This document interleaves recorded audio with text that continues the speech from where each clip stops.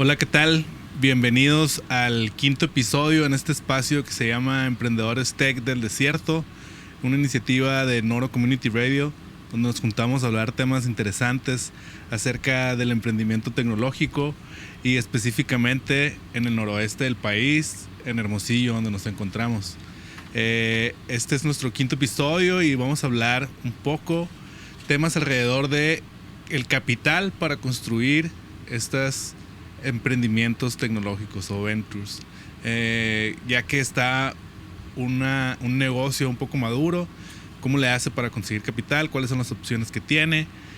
¿A dónde dirigirse y qué es lo que necesita? Y para esa parte de la conversación, muy adecuadamente nos acompaña ahora Eduardo Ruiz, Venture Ambassador de Cobal Venture Studios.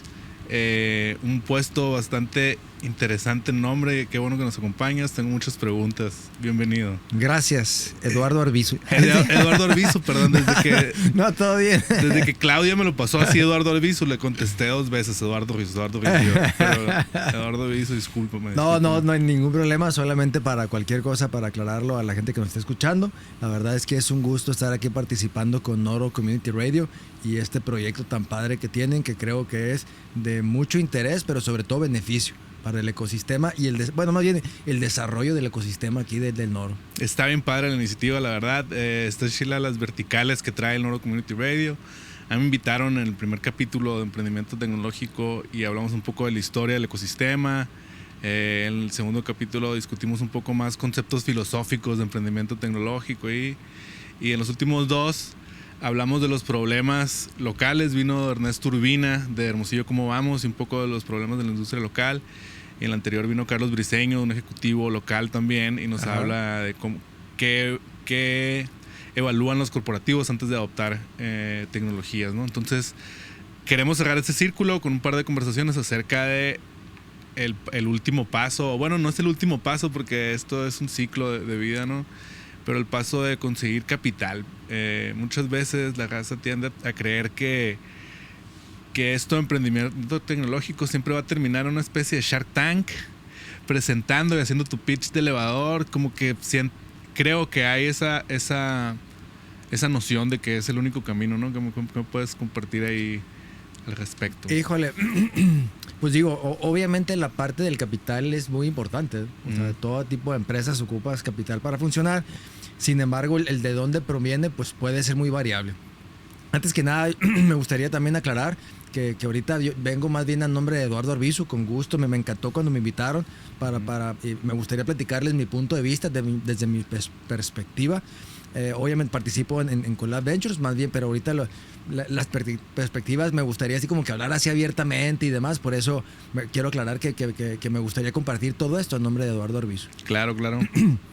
Dicho eso, yo creo que realmente hay muchos caminos. Ya tengo algunos años viendo temas de capital de emprendimiento. La verdad es que hace como 17 años para mí, digo, cero, no sabía nada. De hecho, soy ingeniero industrial y sistemas. No conocía nada de esta parte del venture capital o el capital de emprendimiento. Recibí una invitación de mi jefe, ahora mi jefe, para colaborar con él y fue meterme a entender un poquito de qué se trataba. Sí. No tenía idea y la verdad me pareció algo súper interesante y desde entonces pues he estado participando, me gusta mucho.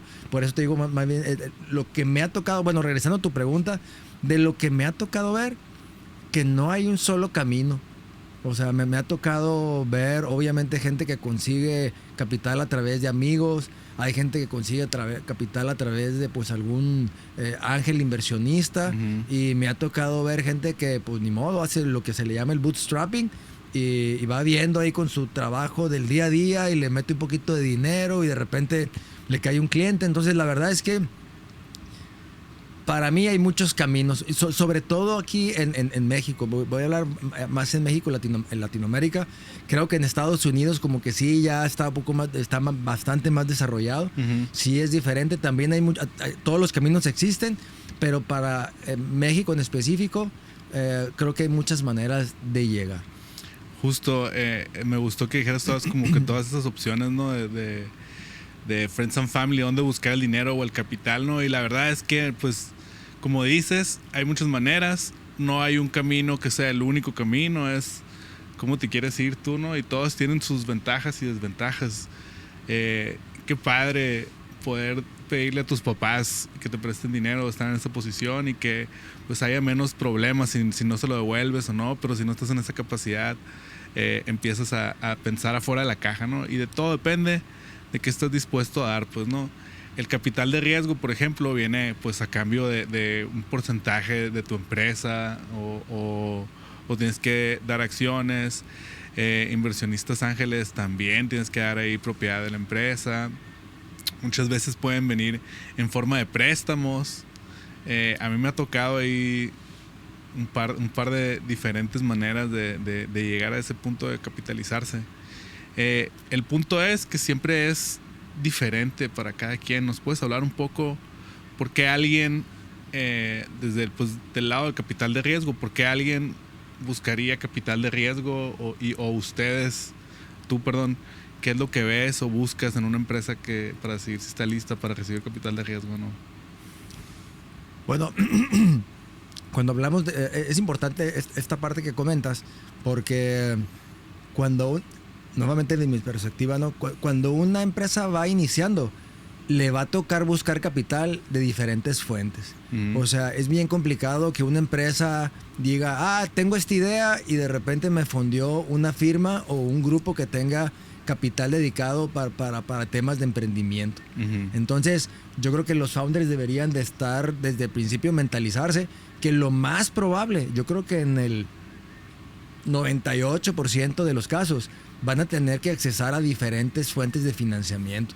Sí. Por lo general, un capital de emprendimiento, a pesar de que está en una etapa muy riesgosa, entra cuando el founder ya ha recibido capital de otras vías. Primero, ya se movió con su familia y para empezar logró convencer a su familia de que, ¿sabes qué? Préstenme dinero. En las empresas de tipo tecnológico y emprendimiento es bien importante la persona, ¿no? Y su personalidad y su deseo y su hambre de ser un founder. Todo esto lo va a ver lo que le llaman el VC o el inversionista, y tiene que ver que el founder ya haya recorrido un camino. Entonces es bien importante. Entonces a cualquiera, mi recomendación sería busca dinero. No vayas primero con un inversionista. Primero busca recorrer el camino de lo que estás esperando. Es decir, si yo tengo algo de capital, lo pudiera meter. Si puedo convencer amigos o puedo convencer a alguien de mi familia que le meta dinero, adelante. Si después consigo dinero de un ángel inversionista que tal vez no es un fondo de capital como tal, busca dinero de él. Porque todo eso va a hacer que el inversionista que forma parte de un fondo de inversión diga, esta persona ya está lista. Está viendo el viaje, ¿no? También de que ya le ha buscado por otros lados, etcétera. Sí, y entonces también hay de fondos a fondos, ¿no? También hay fondos que tienen que ver con etapas muy tempranas. Luego están las donde ya puedes decir como que ya tienes una idea y después ya tienes un poquito de tracción, y están otros fondos que se enfocan donde tal vez ya tienes ya tienes algo de movimiento, ya dices ya facturo mínimo cierta cantidad, y después ya vendrán aquellos fondos que dicen yo ya me encargo de fondear, pero ahora sí que tu expansión, no tanto esas primeras ventas. Sí, ok. ¿Y en qué momento deja de ser? Porque, o sea, bueno, es que el tema es Venture Capital, ¿no? Y me puse ahí a investigar un poco más al respecto, porque es un tema ahí que sí manejo, pero bueno, la traducción que Google te da de Venture Capital es capital de riesgo.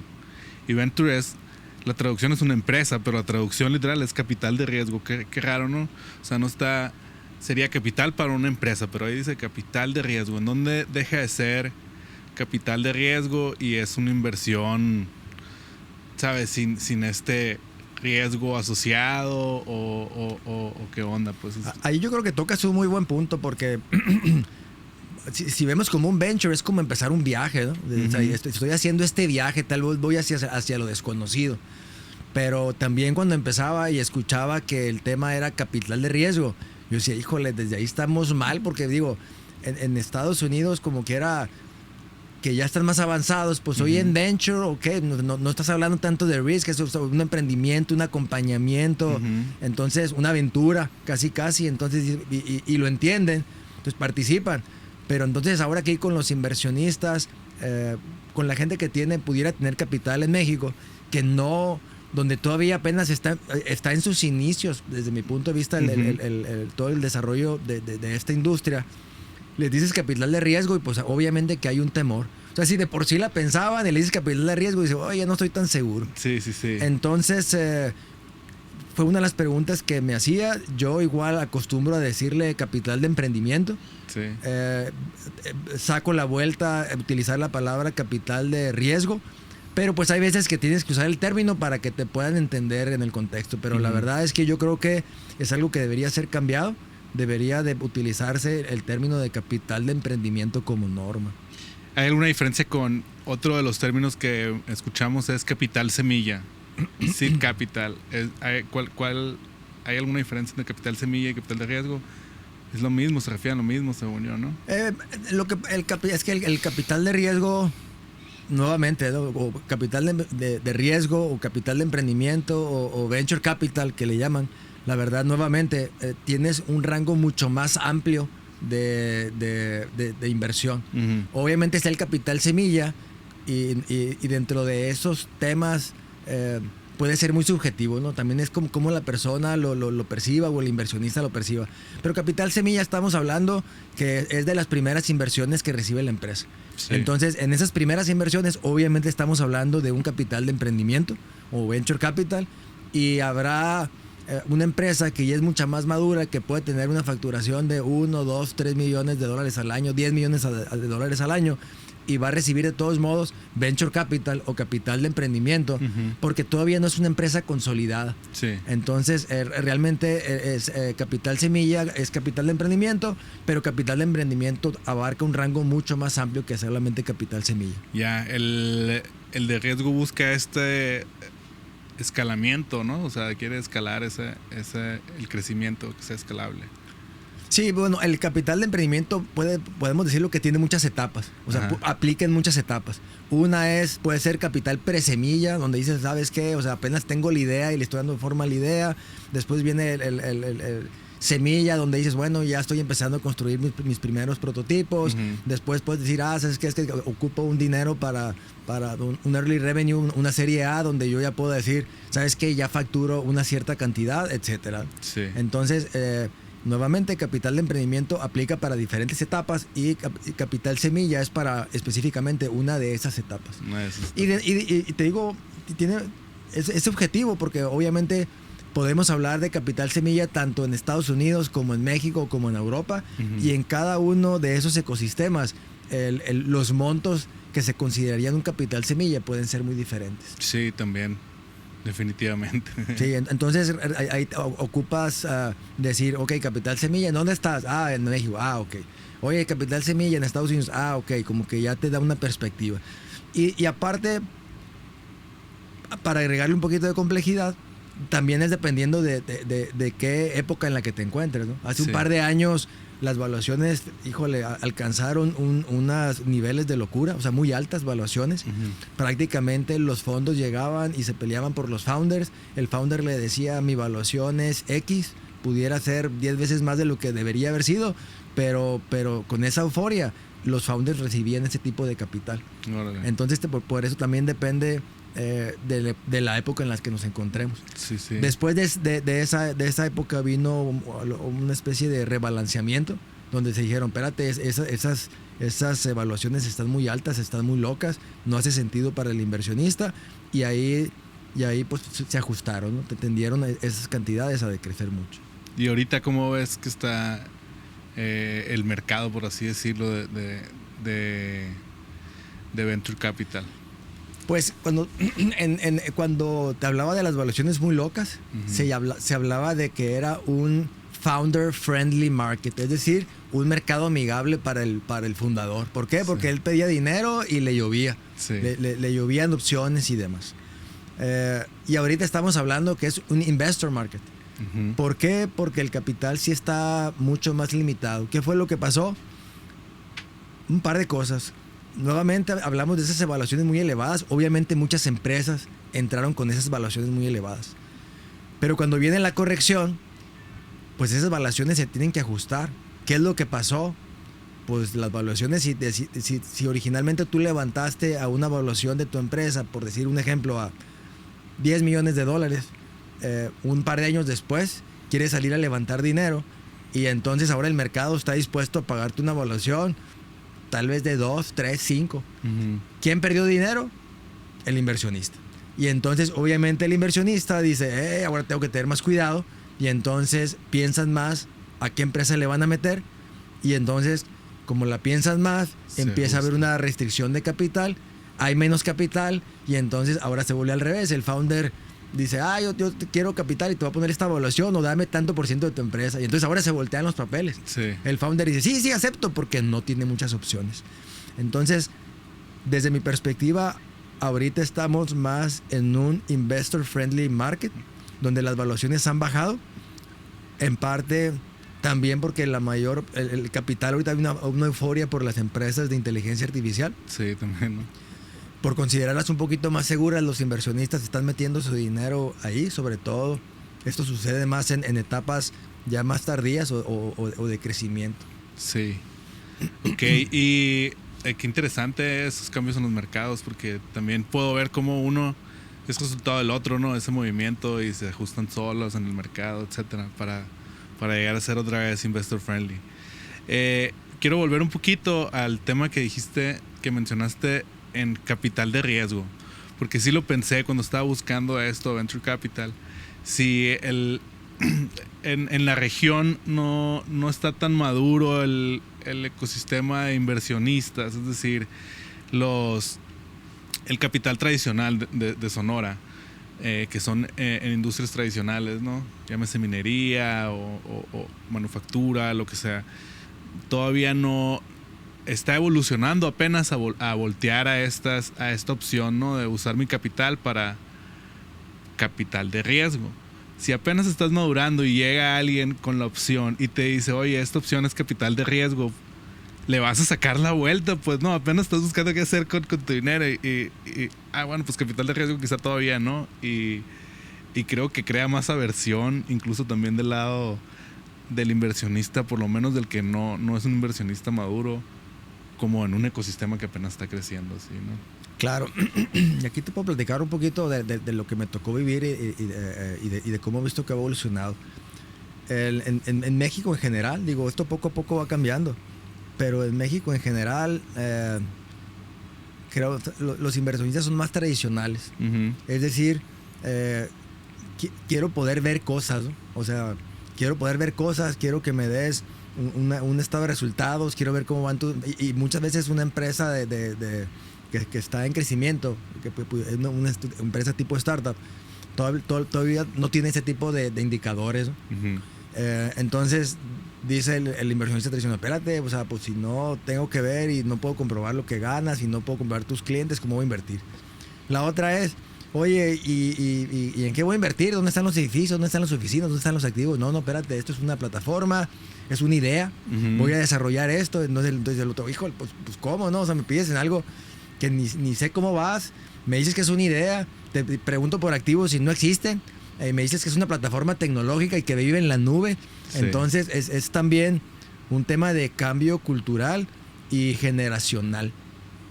Es un tema generacional. De lo que me ha tocado ver y de la manera en la que evolucionó estos últimos años en los que yo he estado participando, me tocó incluso me tocó participar en el levantamiento de un fondo de capital. Uh-huh. El managing partner o el socio, o de alguna manera administrador o manejador del fondo, lo ayudamos a levantar capital tanto aquí en México como en Estados Unidos. Y cuando visitábamos a las empresas o que tenían dinero, por lo general ya tenía que ver más, terminábamos con la familia. con algún miembro de la familia, porque pues era el dueño de la empresa. Ujú. Si ibas con la empresa, espérate, ¿cómo que quieres que mi empresa? No, eso no existe. O sea, yo podré prestar o podré comprar aquí una cadena o compro o invierto en este negocio, Ujú. pero ese capital de emprendimiento yo no puedo. O sea, eso tienes que ir con el dueño, por decir algo. Ok. Y entonces llegas con el dueño y te parecía, bueno, pues está bien, ¿dónde están los activos? Y entonces la verdad es que ahí fue bien complicado. Donde nos dimos cuenta que había una luz en el camino es cuando tienes contacto con el jefe de la familia, que no le entendía, y después tenías contacto con el hijo menor, por decir algo. Ujú. Y entonces dice, híjole, capital de emprendimiento, eso me gusta, la tecnología, Amazon, Apple. Y entonces ahí era donde veías la luz. Bien. Y entonces empezabas a decirle, oye, pues participa. Y a través de ellos era la manera en la que lográbamos conectar con la familia. Entonces siguiente generación. es bien interesante porque es todo un proceso y ves cómo está todo amarrado. Es una evolución, por un lado, de los fundadores de las empresas, Ujú. que inician estas empresas, donde tú, oye, tiene que evolucionar el desarrollo de founders, pero también tiene que evolucionar el desarrollo de inversionistas en todos los niveles. Sí, creo también algo que he visto últimamente y también ahí pues en mi propio entro o en otros, ¿no? Hasta esa madurez del ecosistema, es esta familiaridad con ciertos contratos, con ciertos términos, cosas legales donde ya sabes qué te van a pedir o se entiende si te van a firmar un NDA, ya sabes, es normal, no te asustas. O si te dicen, si vamos a asociarnos y por mientras firmamos un contrato safe, también ya sabes que todo va a estar bien, que no estás buscando a lo mejor mesas chanchuy o algo así. Y si no estás familiarizado con esos, ¿qué será? Con esos vehículos o esos contratos o con esos términos, conceptos, pues todo es nuevo, pues, ¿no? Y no sabes ahí moverte. Entonces, bueno, Algo de eso que comentas también es bien interesante, porque en las empresas sucede lo mismo. uh-huh. Si llega un emprendedor, por un lado tú dices, bueno, me está diciendo un safe y que le firme el safe y qué es lo que va a suceder. Pero llegas tú a una empresa y le dices, oye, salió una oportunidad de esta empresa de capital de emprendimiento, tienes que hacer el due diligence y tenemos 3 semanas para cerrar. No, espérate, que mis abogados y la revisión y el due diligence, o sea, también las empresas, hay como una desconexión. Pues no puedo decir, en este caso no sé cultural, pero de expectativas. Sí. O sea, sí tienes que conocer las herramientas que funcionan en el capital de emprendimiento. Uh-huh. Si no tienes un exposure o una experiencia utilizándolos, Uh-huh. si se te presenta una oportunidad, se vuelve bien complicado. Tanto para el inversionista que va empezando en ese tema, como Uh-huh. para el fundador de la empresa que también está empezando. Sí, no, tiene que haber esa familiaridad, ya saber qué es lo que son esas herramientas, cómo usarlo, etcétera.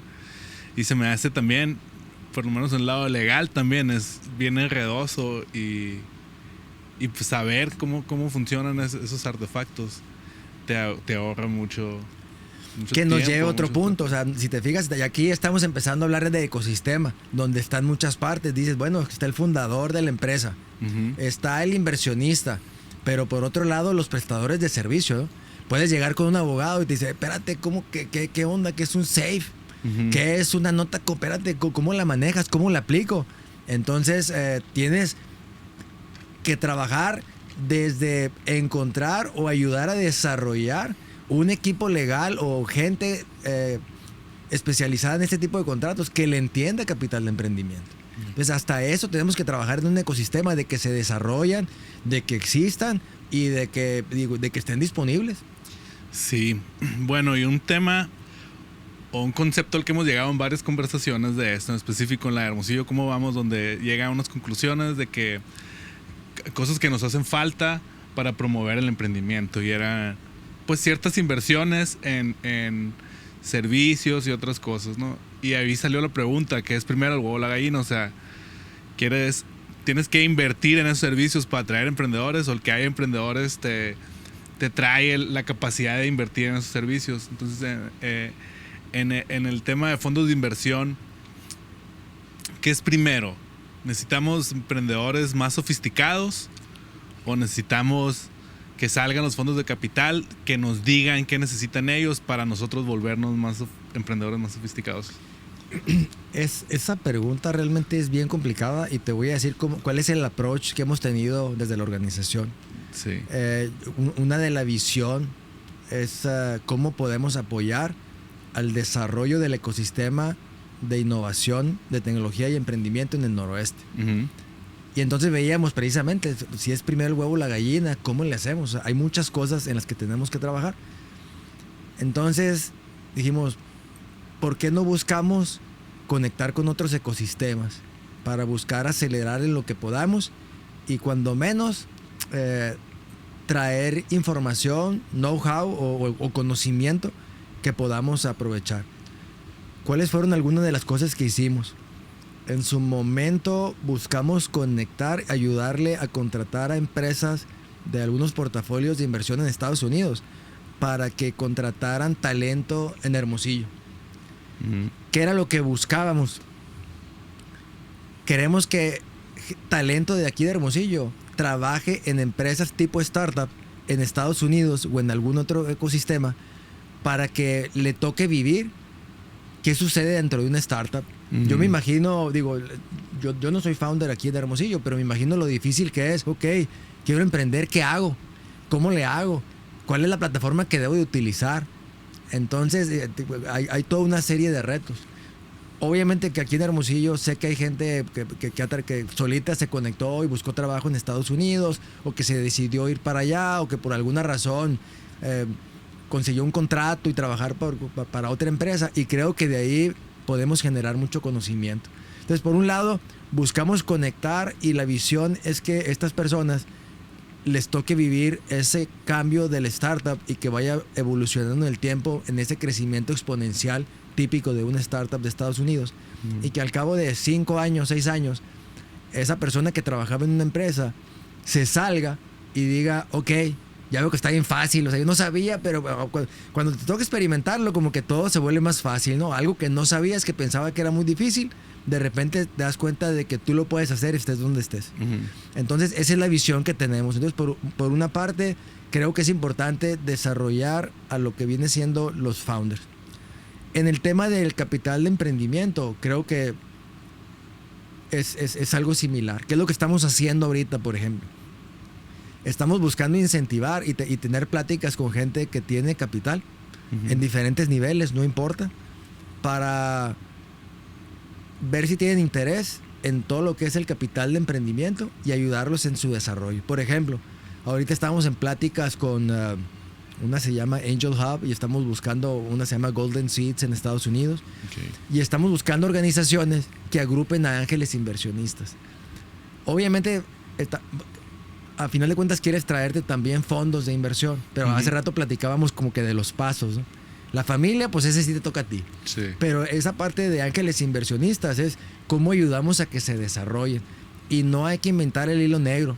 O sea, la verdad es que hay organizaciones que se encargan de hacer un deal flow, de buscar las empresas, de escoger cuáles de esas son las mejores y después se las presentan a su organización y les dicen, ¿sabes qué? De las 10 que me encontré aquí en el noroeste de México o en San Francisco o en Arizona, te vengo a presentar estas 3 que para mí son las mejores. Sí. Entonces, creemos, estamos en el proceso ese, creemos que si hacemos que más gente participe en ese tipo de organizaciones, creemos que podemos ser capaces de hacer evolucionar más rápido que si lo hiciéramos solamente de forma orgánica. Sí, está padre ese flujo, aprovechar el conocimiento de otros para más rápido traerlo. Creo que ese capital ángel, como dices, y más también de estos mercados de Estados Unidos, como que son gente un poco más involucrada o a nivel tutor, mentor, es la figura de allá. Y está fregón ese ciclo de vida de que experimenten definitivamente hasta que no te toca ver lo difícil y lo fácil que es al mismo tiempo, porque sí es cierto, ya que lo vives, sí lo puedo hacer, pero no, la verdad hay ciertos momentos en que es dificilísimo, pues no ves la salida, pero sí, ya que tienes las experiencias, ya sabes de dónde construir, entonces ese flujo. se me hace bastante importante y como fuera un catalizador bien importante en la región. Si hablamos, si una persona quiere convertirse en ángel inversionista en Estados Unidos, pues digo, hay mucha gente que ya es, que tiene muchos éxitos, que tiene rápidamente puedes ir y le preguntas y va y te va a dar mentoría y se va a acercar contigo, porque también trae ese tema de cómo regreso a la comunidad, lo que en su momento hicieron conmigo. Sí. ¿Por qué? Porque se encuentran en otro punto, simplemente se encuentran más evolucionados. Sí. Entonces, el tema es, en ese tipo de ecosistemas es más sencillo ser ángel inversionista, pero aquí en Hermosillo alguien quiere y dice, ¿por dónde empiezo? ¿Con quién puedo juntar mi capital? Por lo general un ángel inversionista no toma todo el monto de inversión en una empresa. Casi siempre es, ok, yo pongo 5, tú 10, tú 20 y van haciendo un pool de capital, van juntando capital y van juntos en una empresa.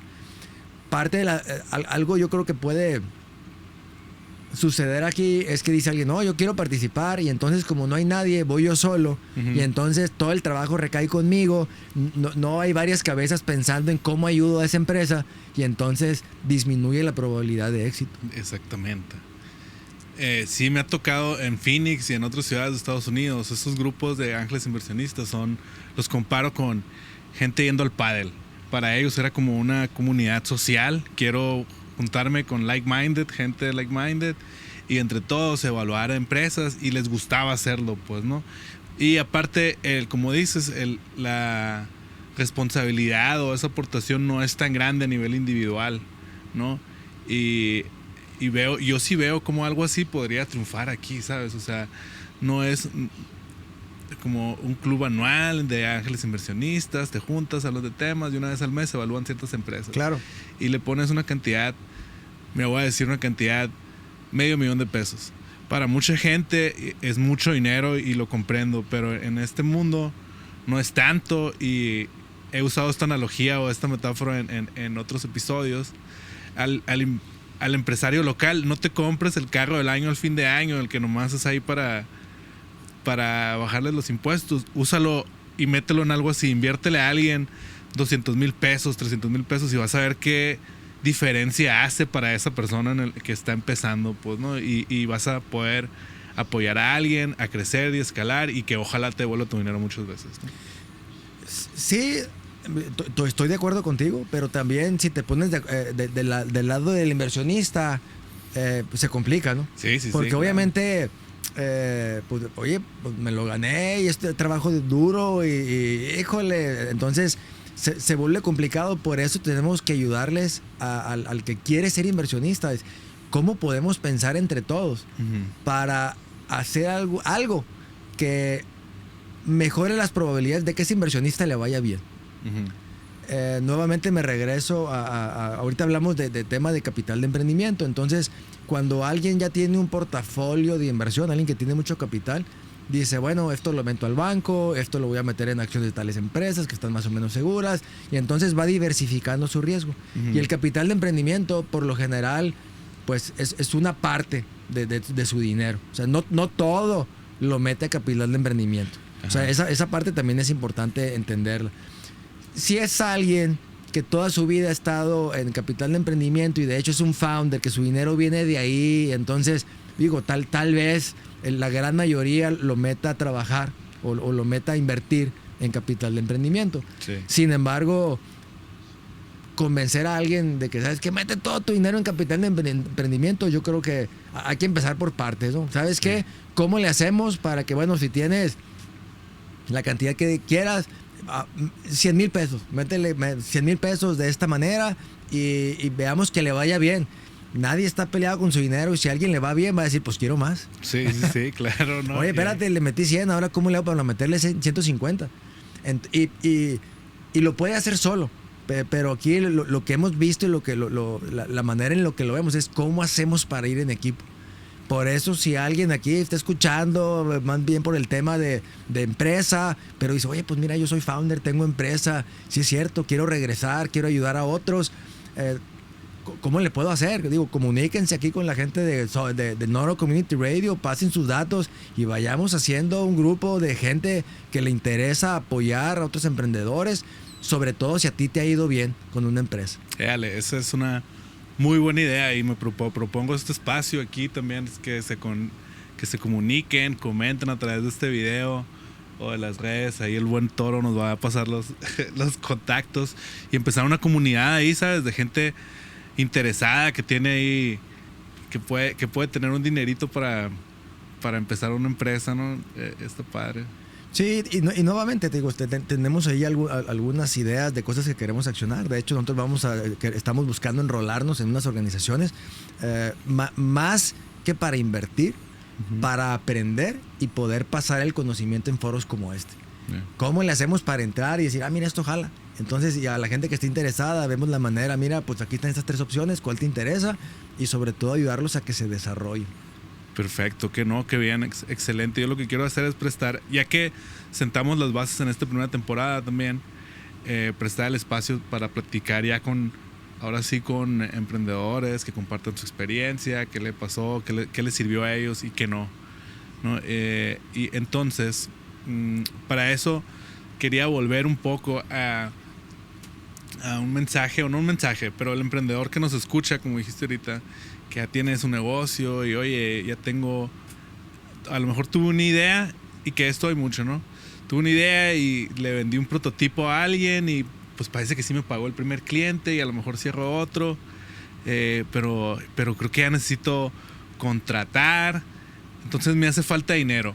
¿Es el momento correcto para ir con una oficina de Venture Capital o no? O sea, ¿qué es lo que en qué momento para un emprendedor es el momento de buscar capital de riesgo? O sea, Venture Capital. Pues nuevamente yo creo que esa pregunta, yo creo que cuando conoces una startup, conoces una startup.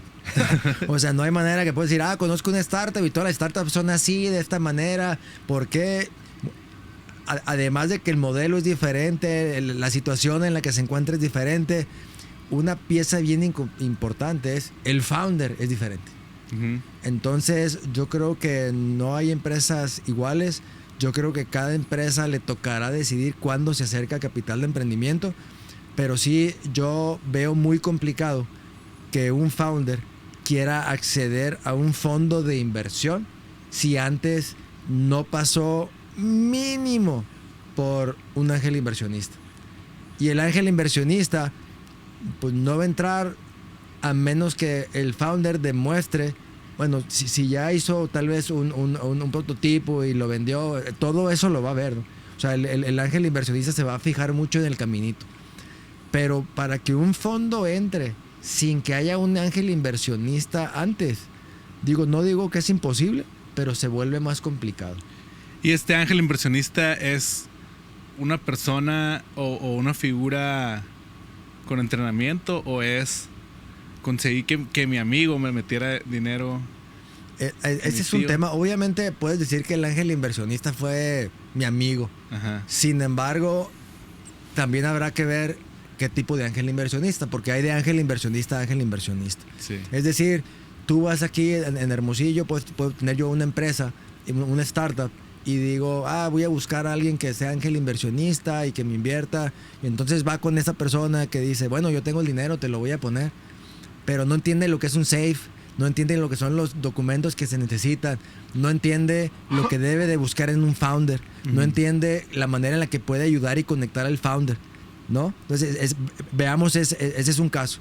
Y ahora vamos en Estados Unidos, y también es otra persona que tiene una startup y busca un ángel inversionista, pero ahora resulta que esta persona sí sabe lo que son los documentos que utiliza un Venture Capital, sí tiene contactos con fondos de inversión, sí tiene experiencia donde ya ha invertido, ya ha tenido éxito con ángeles inversionistas, ya le va bien, entonces pues está dispuesto a ayudar mucho porque pues, ya le ha ido bien, sabe que si al ángel inversionista le va bien, ya sabe con qué fondo conectarlo, y aparte de con qué fondo conectarlo, sabe qué clientes acercarle.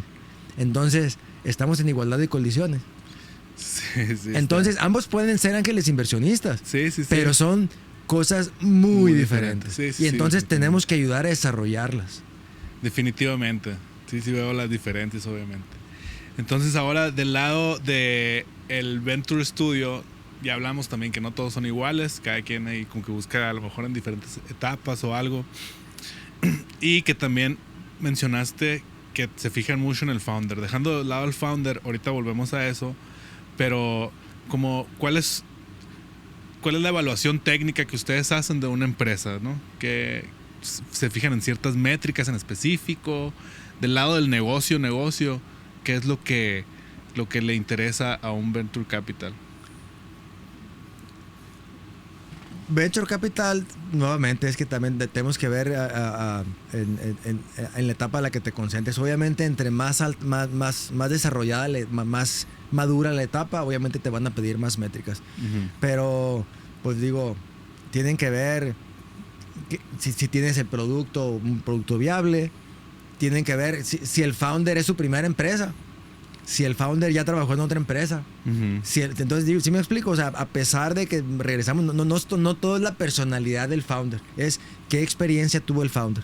Suponiendo que toda esa parte está bien, obviamente, qué métricas es, si ya ha levantado dinero, qué tanto dinero levantó, qué tanto dinero tiene disponible en caja para aguantar qué tantos meses. Uh-huh. No es lo mismo una empresa que te dice, oye, inviérteme dinero. Ok, ¿y cuál es el runway que tienes? ¿O cuántos meses te quedan de sobrevivir si yo no te meto dinero? Pues me quedan 3.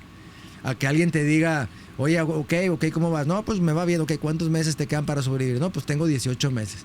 ¿Cuál de las dos te da más confianza? Entonces es la que te da 18 meses. La otra es, ¿cuáles son tus márgenes? No, pues tengo un margen de 20%. Pues un 20% no es un margen que busca un capital de emprendimiento. Uh-huh. El capital de emprendimiento busca empresas que tengan márgenes muy altos de un 60, 70, 80 hasta el 90%. ¿Por qué? Porque por el tema de riesgo, ¿no? Sí. Obviamente, si voy a meter mi capital, tengo que poder esperar o que me pagues ese riesgo, un premium muy alto, sí, por decir algo.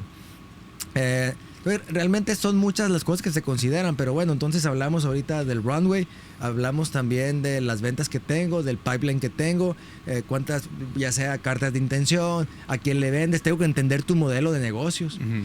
Hay mucha gente que tiene una startup y de repente tienen su cap table a un inversionista tradicional que dice, espérate, yo quiero el 40% de la empresa. No, pero tienes que tener una estructura adecuada para una startup. Y muchas veces alguien llega y te presenta y te das cuenta que tiene una SA y que está mezclada de esta manera y que combina. Entonces, desde la estructura legal hasta en eso te fijas. Y digo, no es culpa del founder, simplemente tal vez es que nunca ha tenido experiencia y está haciendo una startup que él piensa que es capital de emprendimiento. Pero si alguien que conoce se va a Estados Unidos y entiende cómo funciona, y es totalmente diferente. Como el ejemplo que te puse de Ángel Inversionista.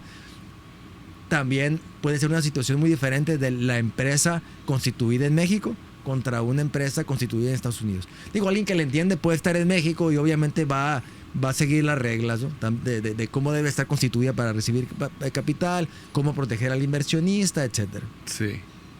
No sé si eso te ayuda a aclarar. Lo que pasa está en que realmente depende mucho de la empresa, pero sí es importante, nuevamente me regreso, perdón si redundo, el tema obviamente de las ventas, si no tiene ventas, de la idea, del modelo de negocios, de los clientes potenciales, y también para el inversionista puede ser importante el hecho de cuál es mi red como inversionista. Sí. Si me pisas una idea, tal vez tu idea sea buenísima, pero yo digo, híjole, no tengo la manera de conectarlo, ni de ayudarlo a escalar. Sí, como que si se te acerca alguien en la industria de hospitalidad y tú te dedicas a la industria minera, pues por más que tenga las mejores intenciones, no estás en esa industria, pues, ¿no? Si es que te vas por alguna vertical, pues. Claro, y en Estados Unidos es muy claro. O sea, la verdad es que los fondos, incluso los ángeles inversionistas en esa parte te lo dicen. ¿Sabes qué? Tu idea es muy buena, pero yo no sé nada de agricultura. Sí. Entonces, igual, pues búscate a alguien que conozca de agricultura y seguramente te podrá ayudar. Sí, creo que hasta en Shark Tank hemos visto estas respuestas. O sea, de que, toma para tu negocio, pero yo no le sé nada a los platos desechables, no sé, por así decirlo. Y la verdad es que el fundador, cuando lo llega a entender, al final agradece, porque dice, es cierto, o sea, hubiera cometido un error. Muchas veces el hecho, cuando un founder dice, híjole, recibí capital, ya la hice, puede ser el principio del fin. También, ¿no? Entonces, cuando alguien te dice abiertamente, sabes que no eres un fit para mí, la verdad es que también hay que agradecer, porque dice, híjole, es que no tengo capital, y si él me hubiera invertido, hubiera tenido capital. Yo creo que si tu idea es buena, si tú eres un founder con empuje, tarde que temprano el capital va a llegar. Y el hecho de que te hayan dicho que no, te va a ser de gran ayuda. Va a ser de gran ayuda después, ¿no? También. Exacto. Exactamente. Yo también creo, no necesariamente sí que todo llega en el momento perfecto, pero si estás ahí, si sigues, luego vas a decir, y qué bueno que no me dieron dinero antes, sino que pude trabajar esto hasta este punto, porque, no sé, pude pedir más, ¿no? Etcétera, ¿no? Claro, y eso empieza a formar parte de tu track record como fundador. O sea, todo lo que has vivido en su momento te va a servir. Entonces, sí, es bien importante, pues digo, o cuando estás ahí en el momento uno siente que se ahoga, claro, porque es bien complicado y puede que sea una realidad. Sí. Sin embargo, el aprendizaje es mucho. De hecho, me ha tocado ver ángeles o fondos que dicen, a ver, ¿cuántas empresas ha tenido? No, pues 2. ¿En cuántas ha fracasado? No, pues en una, o esta ni llegó a empresa, pero tú tienes tus fracasos. En ese quiero. Ok. Oye, y bueno, ¿y cuál es la relación? Si me puedes platicar un poco, ¿cuál es la relación del fondo de capital con el fundador o con el emprendedor? O sea, digamos que yo me acerqué a ustedes y hago un match y hay una oferta sobre la mesa. Ahora, ¿debería yo de aceptar con cualquier fondo o qué es lo que me tengo que fijar? ¿Cómo voy a saber si vamos a trabajar bien o en realidad va a ser alguien, sabes, va a haber una historia de terror ahí que vamos a terminar peleados? No sé. Todo puede suceder. Uh-huh. Y por lo tanto la recomendación es conocer a la persona. Uh-huh. ¿Quién es la persona encargada y dedicarte a conocerla? Platicar con ella más allá de la oficina, de ser posible, uh-huh. y no tomar una decisión tan rápida, sino que sea un par de reuniones, pláticas de hacia dónde quieren llevar, hacia dónde quisiera llevar la empresa, si está dispuesto a ayudarte más adelante, si te puede conectar, si ya tiene experiencia invirtiendo con otras personas, sí. Cómo le ha ido en esas inversiones. Y nuevamente, más allá, independiente del conocimiento técnico y demás, es qué tipo de persona es, ¿no? Porque cuando las cosas se ponen difícil, ese yo que le pudiste haber tenido, que no sabías o desconocido, dijiste, no importa, más adelante veo. Pues obviamente el logro va a salir cuando las cosas se complican. Sí. Entonces tienes que ver muy bien qué tipo de personas, y viceversa también. Uno piensa, es que el inversionista me salió bien rudo y me quiere quitar la empresa. Va de los dos lados, ¿no? O sea, el inversionista tiene que ponerse en los zapatos del fundador, pero por otro lado también un fundador tiene que ponerse en los zapatos del inversionista. El fundador puede decir, híjole, pues ¿qué le costaba? Me hubiera invertido, y al cabo que él tiene mucho dinero. No sé. Y me explico, ese tipo de pensamientos que nos pueden venir a la mente. Sí. Pero el inversionista también tiene sus presiones, ¿no? Si el inversionista, si me tronó una empresa, si el founder dijo, oye, se me complicó, en el mundo de las startups y el capital de emprendimiento, la realidad es que si un fundador de una empresa truena la empresa, camina, se voltea y empieza otra. La verdad es que es una de las maneras en las que trabaja el capital de emprendimiento. Si no fuera así, fuera muy complicado. Yo creo que no existiría el capital de emprendimiento, no existirían los founders. ¿Por qué?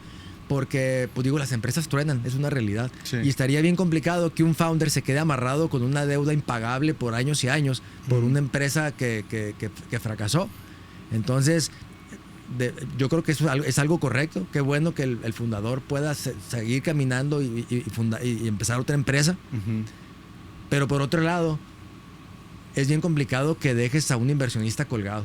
Entonces, es toda una línea delgada, o es todo un arte conocer cuándo el fundador hizo lo suficiente y cuándo el fundador me dejó tirado. O sea, ese es algo que ve el inversionista, ¿no? Sí. Puede haber dos empresas. Una dice, se me complicó, ¿sabes qué? No consigo dinero, tengo esta deuda por pagar, el equipo de programación no está funcionando, aparte tengo presión de la IA, híjole, ¿sabes qué? Ya me voy. Sí. Lo voy a poner así como muy simplista. Por otro lado está otro fundador que le está pasando lo mismo, o sea, le está acabando el dinero, tuvo problemas con los clientes, el MVP no está jalando, el modelo de negocio se lo complicó porque ahora con todo el tema de la inteligencia artificial, pues cambia el ambiente del negocio, pero se acerca con el inversionista, le platica, le dice, oye, ¿cómo tengo esta idea? Voy a pivotear, vendía de esta manera, pero ahora lo voy a hacer por suscripción, y empieza a buscar maneras de cómo, se acerca al inversionista. El inversionista dice, oye, pues tienes que recortar gente, recórtate el sueldo, y entonces también tiene que ver algo del fundador. Tal vez el final sea el mismo, la empresa quebró. Pudiera ser. Sí. Sin embargo, el sabor de boca del inversionista va a ser muy diferente. Sí, incluso creo que en ese caso, aunque el inversionista te diga, ¿sabes qué? No, ya no le sigas. Pero te acercaste a él y le diste todos los escenarios y las intenciones. Y va a preferir decirte, ya no le sigas, voy a cortar mis pérdidas aquí. Y vas a quedar bien con esa persona a que si lo dejas todo tirado o algo así. ¿Sí me explico? Sí, entonces obviamente el inversionista pierde. Y entonces cada vez que él pierde, pues le afecta. Porque a la hora cuando venga su siguiente fondo, todo esto como ciclos, viene el siguiente fondo y entonces pues tiene que levantar capital y él tiene que demostrar que fue capaz de encontrar empresas, encontrar founders, desarrollarlos, conectarlos, hacer un buen profit o tener utilidades de ese fondo para que los inversionistas digan, sus LPs o la gente que metió dinero en su fondo dice, quiero repetir en tu siguiente fondo. Entonces él también tiene mucha presión, ¿no? Sí. Ahora, para mí emprendedor que estoy por recibir inversión, ¿hay alguna manera de mitigar el riesgo de que este inversionista de repente me diga, hey, mira, yo trabajo bien a toda madre con este equipo de marketing, contrátalos. Hey, mira, este es mi equipo, tienes que meterlos. O sea, y que empiece a meter mucho la mano ahí y es el otro lado, pues no, a lo mejor un inversionista sobre involucrado y que no te da mucha flexibilidad, etcétera. ¿Hay algo para mitigar ese riesgo? Pues es que también aquí todo es un depende. Si la persona, nuevamente es de lo que tienes que ver, o sea, ¿qué tanto lo ves a él como una persona, como alguien exitoso? O sea, ¿a quién más le ayudó? Si involucra a mucha gente y lo construyó precisamente porque sabe que las startups carecen de eso que él desarrolló, y tú dices, oye, bueno, me quiere invertir esta persona, yo veo que es inversionista en estas 5 empresas que me presentó, probablemente me permita platicar con los founders y yo acercarme y platicarles cuál ha sido tu experiencia con ese inversionista, y me le dice, no, mira, me ayudó y me desarrolló porque me metió esta parte de marketing que yo pensé que lo hacía bien y me ayudó. Entonces es bien importante, así como el inversionista voltea y hace referencias para hacer due diligence en la empresa para ver si invierte en la empresa, yo creo que el fundador también debería de averiguar un poquito del inversionista o del fondo o de lo que sea, para ver, ok, qué tanto pudiera yo confiar en él basado en el éxito que ha tenido con otros. Porque igual puedes decir, mira, pues su carácter está para la fregada, pero lo que toca es lo hace oro. Entonces yo ya tomaré mi decisión y tendrás que dar un salto de fe donde digas, me está proponiendo estos servicios, pero veo que ha tenido éxito con estas personas, ya platiqué con ellas, entonces de esa manera yo creo que puedes minimizar tu riesgo. Si es una persona que no ha ayudado a nadie, pero que él cree que te quiere meter para algo de marketing, porque pues a él a lo mejor te va a invertir en especie y demás, pues ahí sí, pues ya también tendrás que levantar las antenitas y ver si hay mayor riesgo. Exactamente. Bastante interesante. Y bueno, otra idea que me hace que quería bajar precisamente esta conversación con Ernesto Hermosillo, ¿cómo vamos? Dice como algunas verticales donde hay mucha oportunidad o una oportunidad grande en la región, como parques industriales verdes, de energía verde. Es el estudio de Harvard del Growth Lab. Y otro era la industria de la minería. Había como 3, 4 industrias. Mi punto es, los fondos de inversión, venture capital, no deberían estar buscando sobre esas verticales. Y no necesariamente nada más los fondos de inversión, sino yo, empresa minera, que me va bien en la industria, podría usar mi dinero para buscar estas oportunidades de mayor crecimiento en la industria que yo conozco, ¿no? Y apoyar a otros emprendimientos de eso dentro de esa industria. Mi pregunta honesta es, ¿pasa algo así en el estado, en la región? Porque la verdad, pues no sé, pues no dentro de lo que busqué, no sé. Mi experiencia personal Yo estuve en lo que era Nearsoft, después en Cora, y Nearsoft hizo una área de innovación interna, donde, o sea, no fundó a alguien por afuera, pero lo hizo interno y buscó estas nuevas oportunidades de negocio y estamos generando propiedad intelectual internamente. ¿Lo hacen las empresas de estas industrias grandes locales o no? No conozco muchas que lo hagan. Digo, así que te pudiera decir a ciencia cierta, me conoce, me consta, no puedo nombrarte alguna. Me encantaría que lo hicieran. O sea, creo que es algo que es muy necesario. Nuevamente yo creo que tendría que haber un champion al interior de la empresa. En general, en México todavía somos muy a los negocios tradicionales, ¿no? O sea, si me está yendo muy bien en la minería, o sea, pues digo, mi operación está enfocada en dónde hay más yacimientos, cómo puedo hacerle para crecer mi utilidad, cómo puedo hacerle para crecer mis operaciones. No, por lo general, yo no he visto tanto la cultura de que digo, hay que buscar una startup que me ayude para lo que hago. Es complicado. Y por otro lado, los fondos de inversión, oye, ¿por qué no llegan los fondos de inversión? Los fondos de inversión de alguna manera pues se van donde hay más probabilidades de que les vaya bien. Entonces como región tenemos que echarle muchas ganas en cuanto a lo que hagamos de manera interna para ponernos en el mapa, para que vengan esos fondos de inversión. Tiene que haber casos de éxito de, mira, esto sucedió en Hermosillo y algo está pasando, no sé qué está pasando, pero hay que ir a ver. Sí. Porque no les va a gustar ser los primeros. O sea, por lo general dicen, ok, ¿dónde hay más movimiento? ¿Dónde puedo encontrar? Si es San Francisco, pues obviamente en Estados Unidos, allá es donde el capital de emprendimiento se concentra. Sí. Dentro de Estados Unidos, pues digo, se van a San Francisco, se van a Nueva York, se pueden ir a Boston, ¿sí me explico? Sí. Y entonces... Hasta Phoenix. Phoenix, pero dentro de Estados Unidos. Sí. Phoenix es muy pequeño el porcentaje comparado con el resto del país. Sí, o sea, sí. Phoenix también tiene que hacer mucho trabajo. Si incluso ellos quieren atraer a fondos de inversión. Me tocó estar, por ejemplo, también en Canadá. Y lo que les pasaba en Canadá, visitamos un ecosistema de innovación bien interesante allá. Y lo que les pasa, porque no es que les pasaba y ya no les está pasando, sino están viendo qué pueden hacer. Incubaban empresas o salían empresas tipo startups y cuando llegaban a cierto tamaño se iban a Estados Unidos. Yeah. ¿Por qué? Porque no encontraban el capital que necesitaban para crecer ahí. Obviamente algunas sí, pero si hablábamos de un alto porcentaje, no había.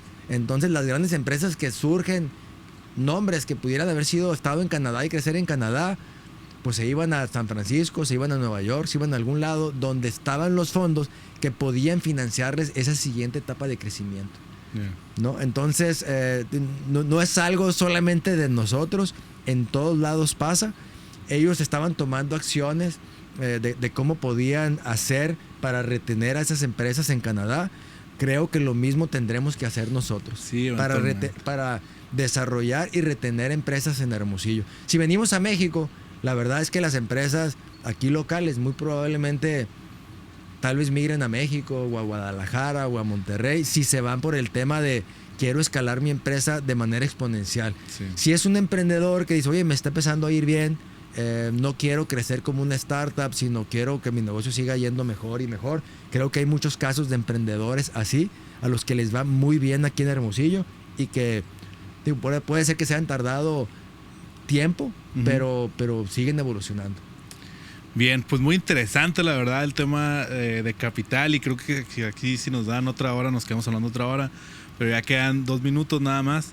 Voy a recapitular rápido donde hablamos un poco de las diferentes opciones que tengo yo como emprendedor para buscar capital. No todo es buscar capital de riesgo, buscar un inversionista que me invierta como cofundador, etcétera. Hay muchas otras opciones antes, depende de qué etapa estás. Y también tocamos un poco el escenario regional. Afuera hablamos un tema donde del problema de el flujo, ¿no? Si hay startups o hay capital, ¿cuál es primero o no? Y sé que desde su trinchera están haciendo bastante por impulsar el emprendimiento. Y para cerrar, quisiera ver si no nos compartes alguna de esas iniciativas. Para impulsar lo que es el Ajá. emprendimiento. Específicamente en el caso de Collab Ventures se tiene se tienen Future Founders Program. Me está atacando aquí una mosca. Se tiene una iniciativa que se llama Future Founder Program, donde se hace una convocatoria, se inscriben fundadores de empresa, después esas se analizan, se seleccionan. Me parece que en esta ocasión fueron 5 empresas diferentes y reciben una inversión de parte de Collab Ventures, y posteriormente se corre un programa para acelerarlas. Y estar listas para pasar al segundo nivel. Nuevamente, el interés, lo que se está buscando es cómo logramos desarrollar, acompañar a founders que quieran ser founders, que quieran desarrollar sus empresas para que lleguen al siguiente nivel. Ocupamos casos de éxito aquí en la región y creemos que es importante desarrollarlos. Incluso un paso más abajo también está el Future Founders Academy, que esas son todavía empresas en etapas mucho más tempranas, tal vez no tienen tracción, tienen una idea, y el proceso es similar, ¿no? Perfecto, muy buenos programas. Yo he ido a las sesiones de pitches, bastante interesante. La próxima semana va a haber un pitch ahí en el AI Salón, por si andan por ahí. Importantísimo a los que anden en ese tema de emprendimiento, acérquense a esos programas. Son un proceso de maduración muy rápida, y no nomás eso, sino quiero decir que el grupo también está haciendo inversiones en espacios, lugares como este, que donde se propician estas conversaciones, y son puntos de encuentro donde va a catalizar que pasen nuevas cosas, ¿no?, en estos verticales. Bueno, ese es todo nuestro tiempo que teníamos. Quiero agradecerte, Eduardo, otra vez por tu tiempo. Muchas gracias. Espero que sientas que lo aprovechamos. Yo sí creo que sacamos bastante buena información. Gracias, Toro. Gracias a los chicos que están por allá acompañándonos. Y nos vemos dentro de un par de semanas. Muchas gracias. Hasta luego. Hasta luego.